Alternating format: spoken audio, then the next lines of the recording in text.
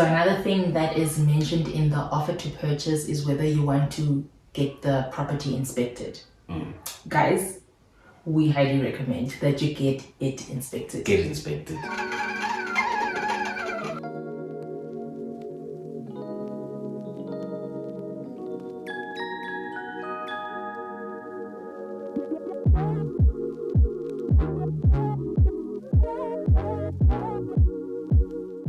Hey fam! Welcome to my YouTube channel. I am Mrs. Habster.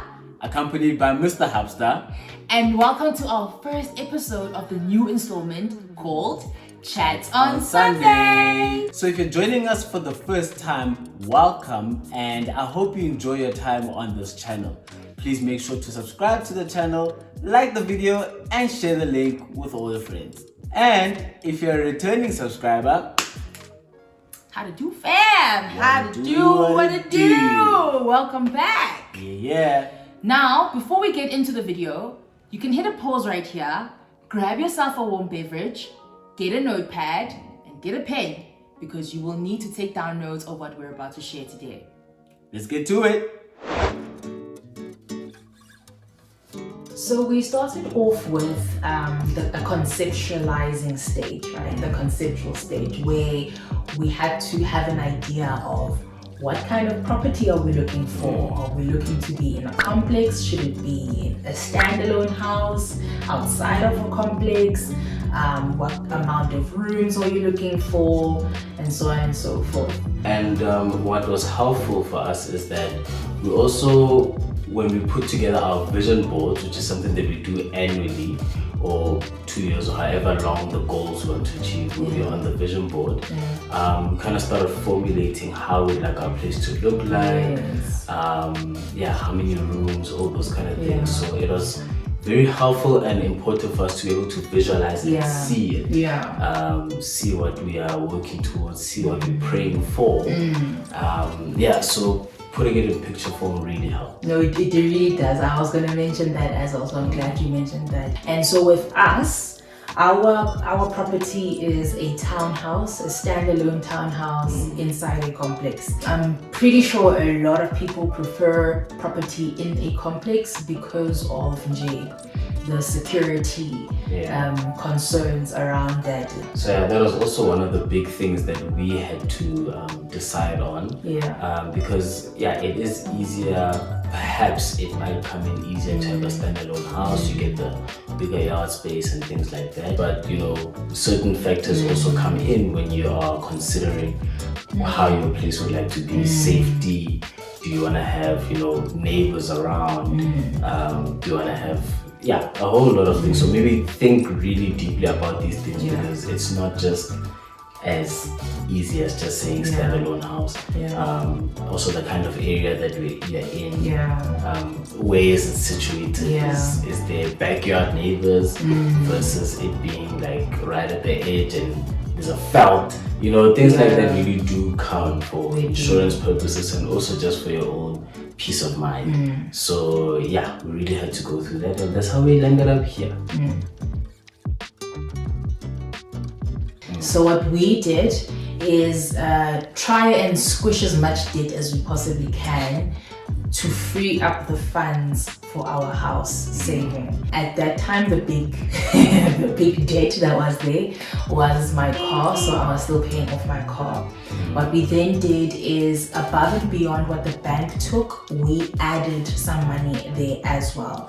So on a regular basis, we had an X amount of money that we added onto what the bank deducted. And another thing that we also did was, when we got our bonuses at work, we would take a fraction of that and add that onto that account, the asset vehicle finance account of our banks, to pay off the car. So you might find some banks already link your account with the asset vehicle finance account if it's in the same bank. If they don't do that, you can create the account as a beneficiary so that you have access to deposit into it directly. And if you don't have that information, you can call your bank and they can give you that information. We paid off my car Woo-hoo. Yeah. And then we were able to use that money or allocate that money towards our home saving account, because we had created an account specifically to deposit any money that we had in surplus, or the specific X amount of money that we had planned to put in there. Yeah, just on the back of having paid off the car, I think it was very important to also mention that, so the paying off of the car, we actually started on the back of the COVID lockdown. Yes. So in terms of planning for a house and a major purchase, it wasn't something that maybe we came up with December. We're like, next day we're there. We planned for it. It was quite a process. So starting from the back of lockdown, when interest rates were lower, that's when we started depositing more money. And by the time we closed that down, then, like Mrs. H mentioned, whatever we would put into the house deposit, we kept the same amount as if the car was still being deducted, and took that money into the savings account. So that's how we saved up on that front. So it's important to understand how much you can afford and establish what your budget is. And if you don't know what your budget is, it's okay to have a bond originator have a look at what you can afford. We were referred to a bond originator through one of the agents that we were in contact with while we were house hunting at the time. So that's how we got a hold of it. But you can always check on their website and get a hold of them. So very important. So basically the bond originator will help you get a pre-approval. So that's how much you can qualify for based on your current income, expenses, your credit score, and that kind of thing. How much would the banks be willing to borrow you for a home loan? And so the bond originator will come through with the maximum that you qualify for, and not necessarily what you can afford, because those are two very different things. This is why it has to go hand in hand with the budget that you need to draw up, because in your budget you need to take note of, apart from the bond amount, there's other things. If you're in a complex, it'll attract levies for the upkeep of the complex. There'll be rates and taxes, which you might not know how much they cost at that point in time, but you need to maybe put an estimate, maybe baseline 1,000, so to speak. There's water as well. There's other living costs, electricity, which is going up. We don't know if it's every year or every 3 months. So it's one of those things that you need to have in your budget. And so back to the bond originator. Now, if say they come back and say you qualify for a house, for a bond with 3 million, take into consideration how much the bond costs will be at the time. If your monthly budget can handle that, great. By all means, go for it. But if it can't and you want to go sit at the top of what you qualify for, it will strangle you. You probably won't even enjoy your house because you can't afford anything else. So please make sure that you're aware what it is you're getting yourself into, and leave a little buffer for interest rates going up. Because if they go up, the bond repayments will also increase. But if they're going down, then yes, breathing room, but you need to take that into consideration. So that's what happens with a bond originator that can help you with your budget up front. So in layman terms, if the bond originator comes back saying that you qualify for 100 Rand, if you can afford to pay off that 100 Rand in bond repayments, great. If not, like us, when we got that, we probably then decided to probably spend it on 40 Rand. Probably went and looked for a house, 40 Rand, 50 Rand max. So for first time property buyers, banks do offer the 105% loan, which can cover a portion or the entire cost of attorney fees and all the other fees that entail in applying for property or buying property, of which we will get into a bit later. But we do recommend, even if you can't build up towards a deposit, at least save up to cover attorney fees.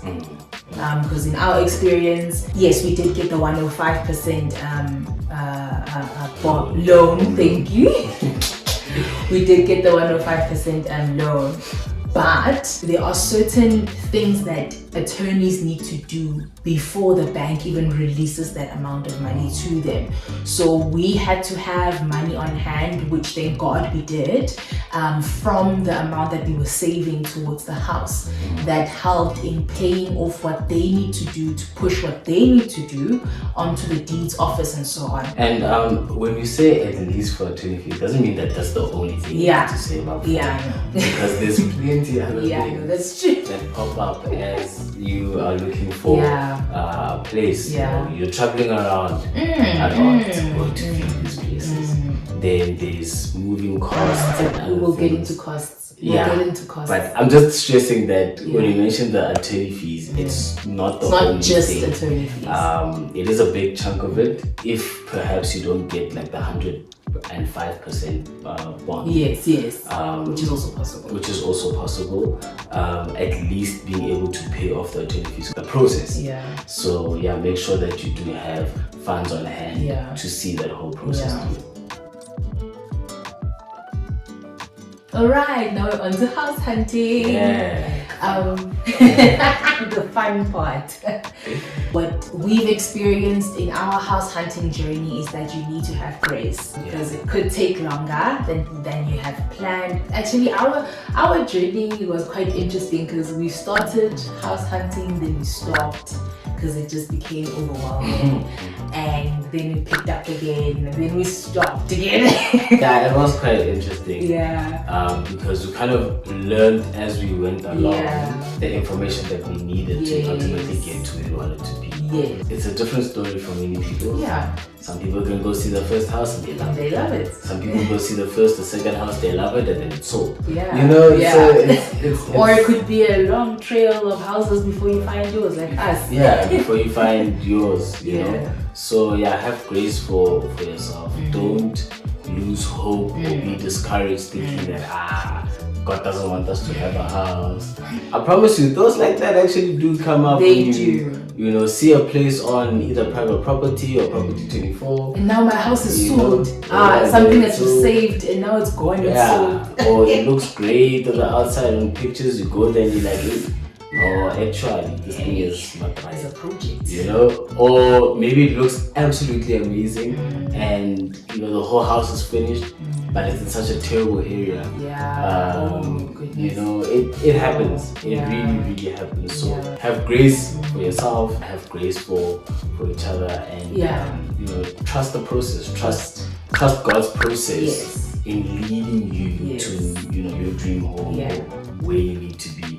And sometimes it's a little bit tough. You might need to renew your lease for 6 more months or a year while you're still looking.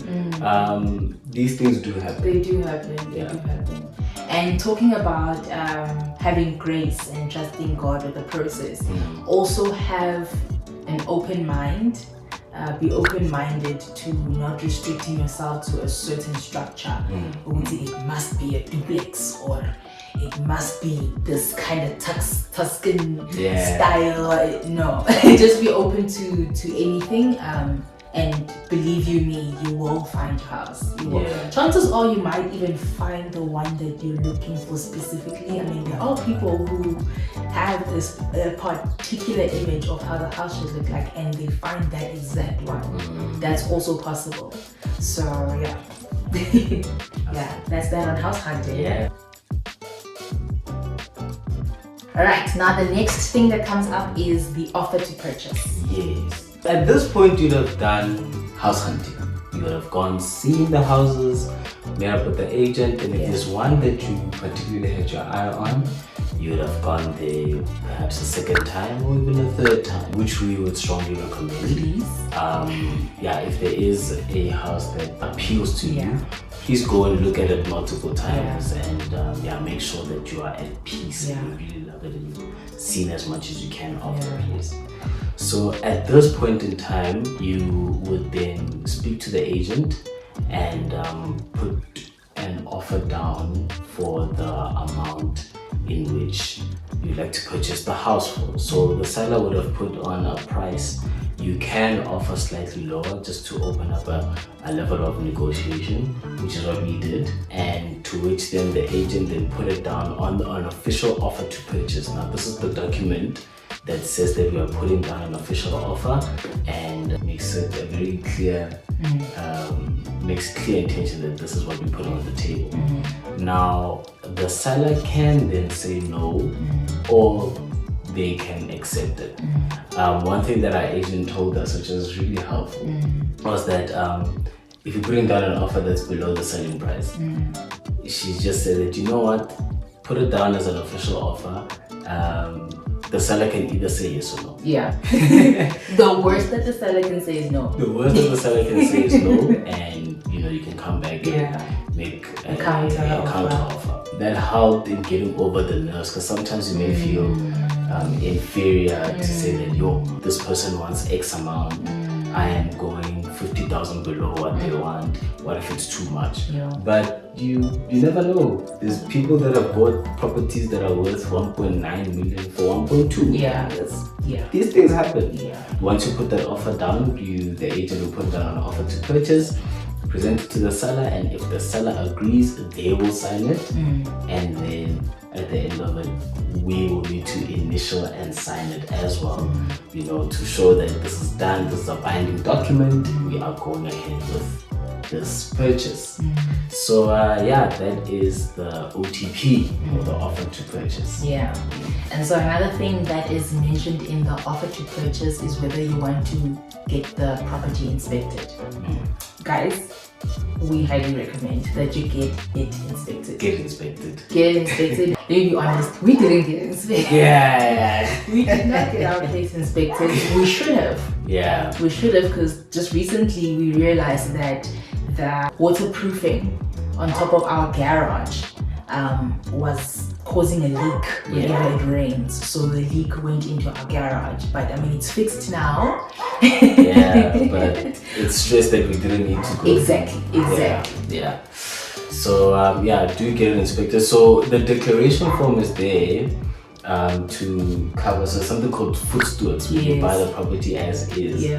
And so to sort of protect the buyer, there needs to be a declaration form whereby the seller puts down all the latent defects, so defects that could potentially, cause further damage in the house, or things that they as the seller would need to fix before the sale can go through. The advantage of having an inspector come in and inspect the house is that they can point out where the issues are, and they can then say that, okay, the conditions of sale, we need to fix this, and then you'll find your place in the best possible solution. Best possible state. Yes. Best possible state. So please get it done. Get it inspected. Because Tina, as buyers, especially if you're not even a contractor to begin with, there are things you are not aware of with your naked eye. You can't see certain things. You can't see things that show prior there was once a water problem and the wall had to be repainted or something. Like you don't notice that, but a contractor can notice that. A contractor can notice other defects that you cannot see, because in that moment, I'm telling you now, in that moment, you are so enamored with the possibility of owning this property, and you're already dreaming about being here, how you're gonna decorate the place, and that you miss certain things. So please get it inspected. I think if you have a contractor as a family member as well, get them on board to come and actually it'll save you a lot of money. It will save you a lot of money. Take them with, guys. Take them with. And I think we can't understate, how big emotions play a role as a first-time homeowner, as a first-time buyer. Your emotions are all over the show. It is an emotionally straining process. And so it will help to protect yourself with people who are more knowledgeable than you. And that will help you keep your emotions in check. There is a reason why if you're hungry or if you're sad and you go grocery shopping and then you get to that aisle with the sweets, and then things that you weren't even planning to buy, you buy. That doesn't go away because now you're dealing with something that's worth hundreds of thousands or millions. So definitely get someone that will help you along and speak logic, speak sense, and is more trained than you. Instead of you saying that, but you can see it's fine. So that's important. So now you have gone through all these different stages, from conceptualizing, finding out how much you can afford, house hunting, and signing your offer to purchase. And now your seller has agreed to your offer, okay? And things are now put into motion. Before everything is sent out to the deeds office, as the attorneys are filing their documents, your attorneys and your seller's attorneys, and they communicate with each other, share documentation that's required. You also send through the documentation that they need from you.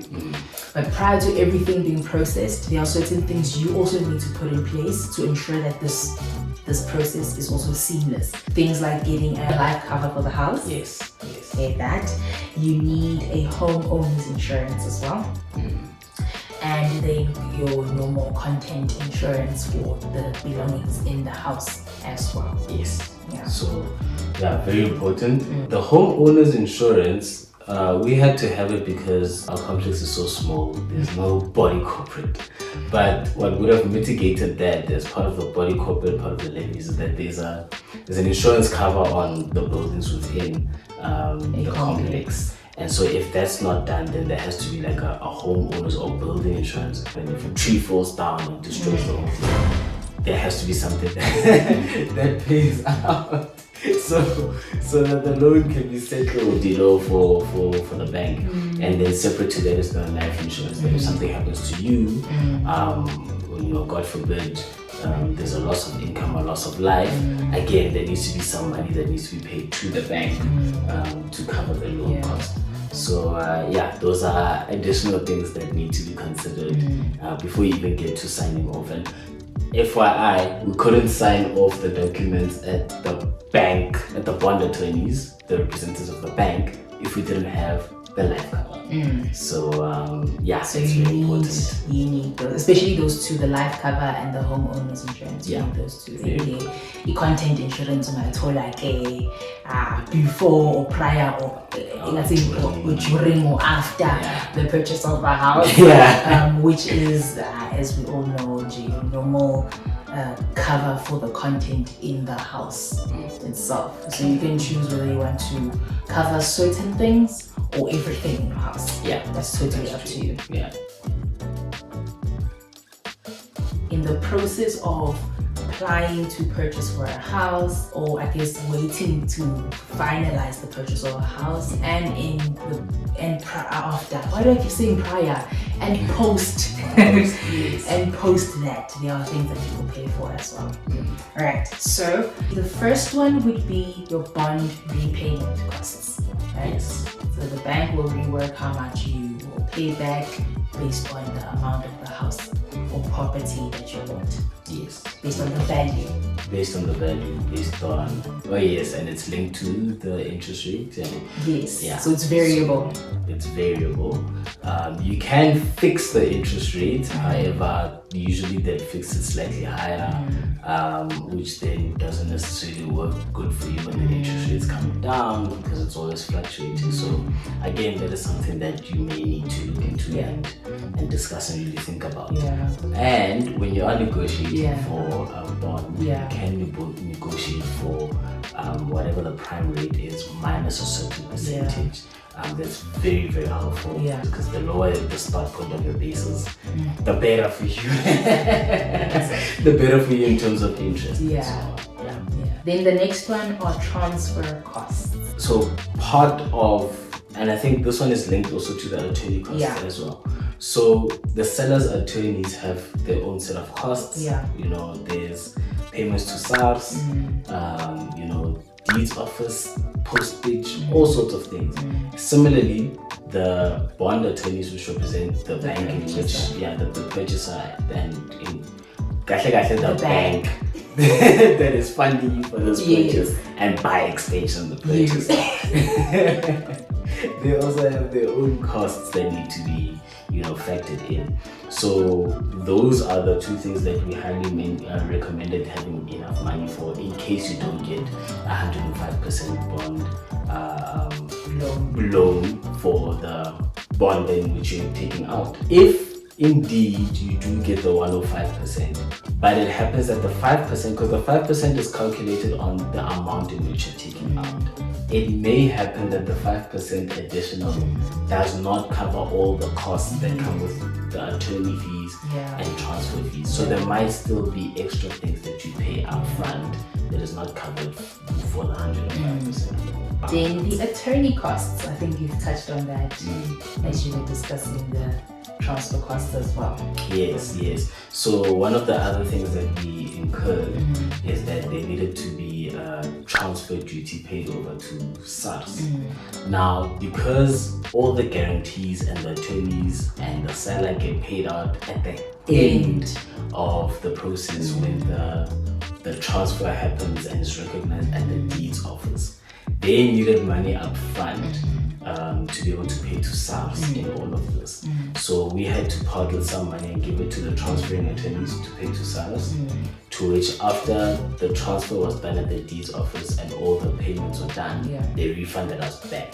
And so there was a little bit of money needed for that as well. So you just need to make sure. Moving costs. Yes. Now, moving costs is, you know, it can be one of the underestimated things. Especially because you don't necessarily know how big a truck you need until you list the things that need to be packed into the truck. So, the bigger the truck, the more expensive. Make sure that you're moving people have goods in transit insurance, because if something has to happen to them on the road, you know, you don't want to lose your stuff and then start again. So make sure, so there's those moving costs, and also factored into that, if you have people coming over to come help you out, they have to eat or drink something. So factor in those costs as well. If you're gonna be using your own personal car for some of the smaller things, there's petrol involved in that. So factor that in. Some people might not have enough space and maybe you're downscaling and you need storage. Factor in things like that. So make sure you can really think of your moving costs in totality. And then the next cost is the creation of your account with your municipality. And this comes after the fact. Once you move in, the seller would have needed to close their account for the place in which you're living in now currently. And that means that you need to then open your own account in the municipality. Quick hint, get it done as soon as possible. Don't wait, don't delay, because the money accumulates. So your flat rate of rates and taxes for the house that you're in, and things like your refuse and things like that, they start accumulating as soon as the registration comes in. But the longer you wait to open your account, the more you'll pay when you finally get that bill statement. So don't delay, open your account today. Oh my gosh.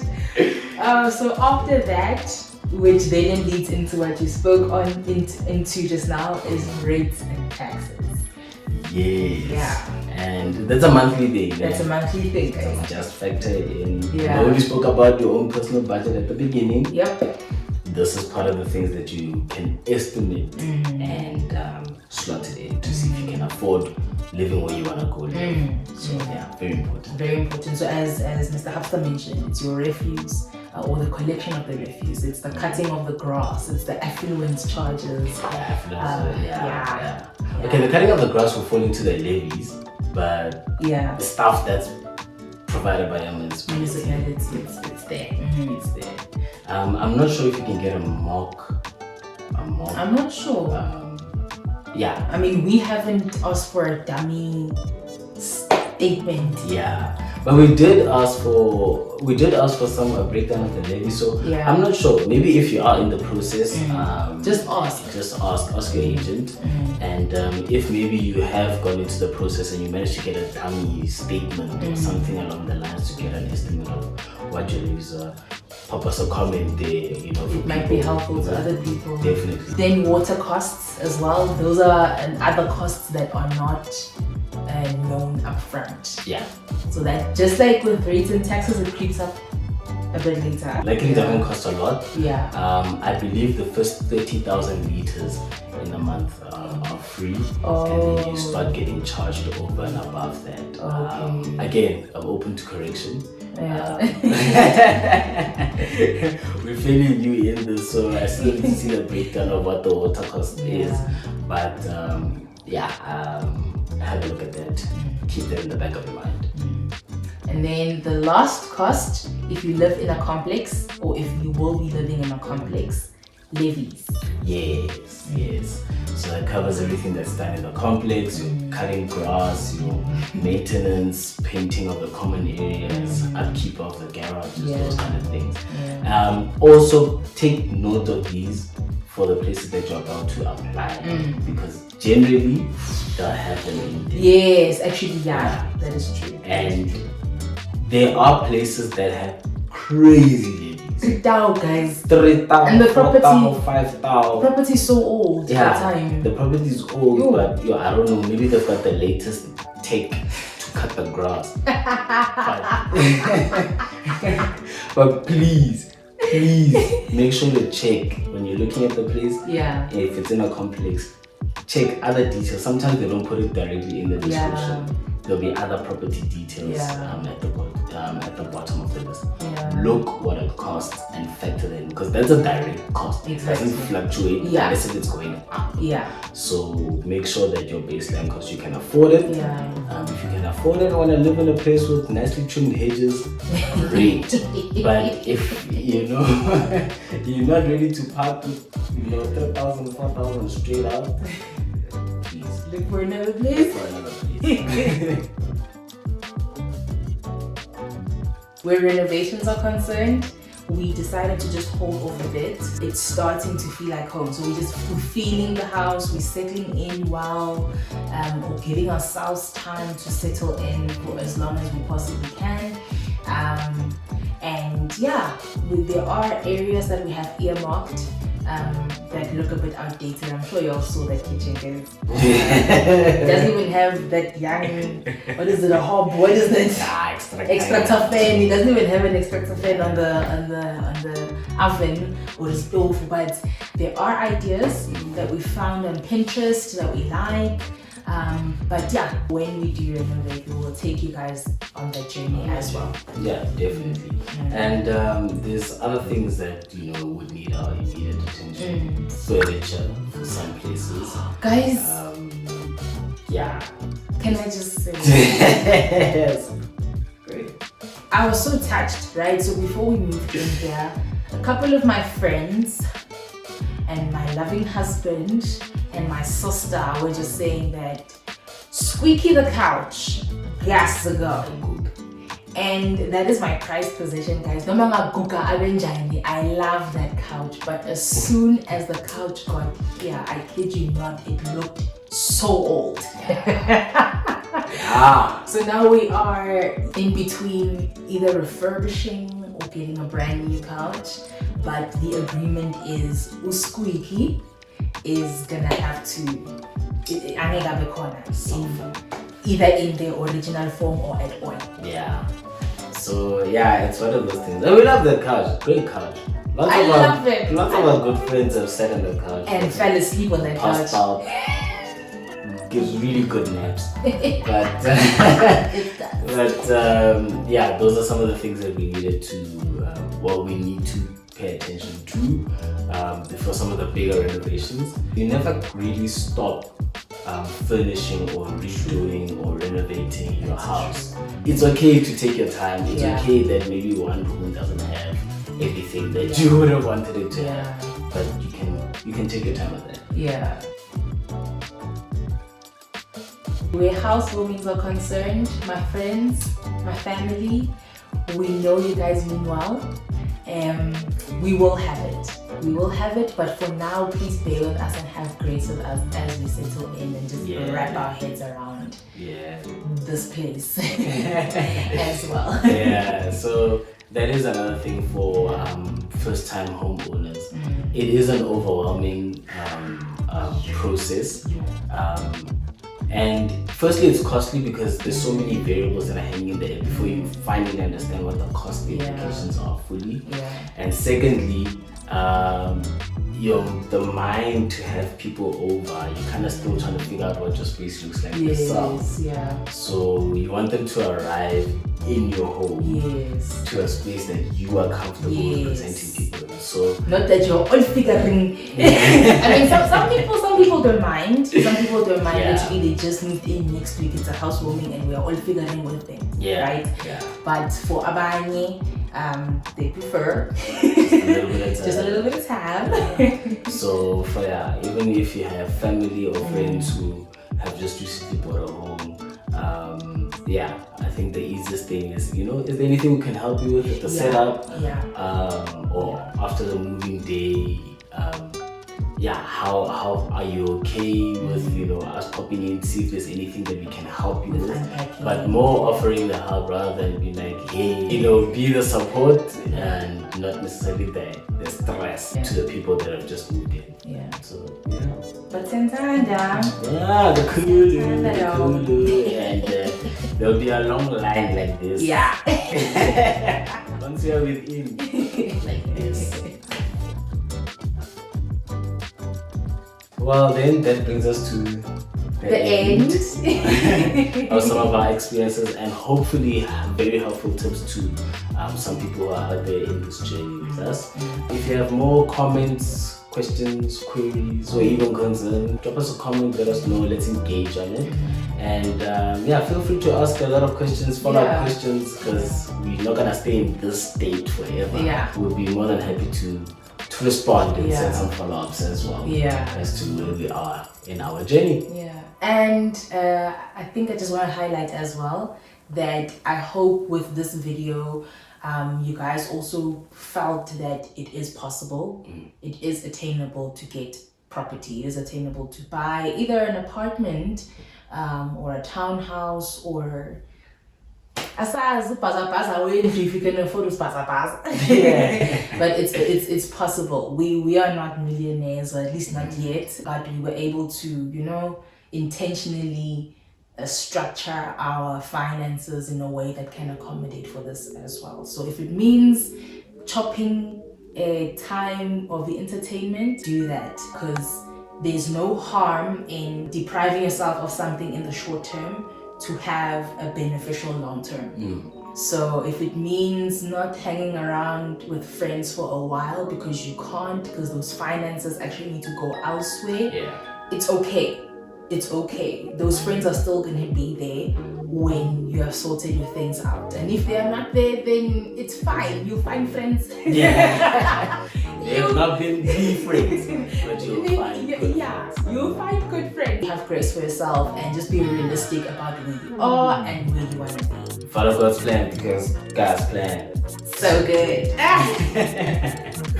Alright. Till next time, guys. Don't forget to subscribe. Bye.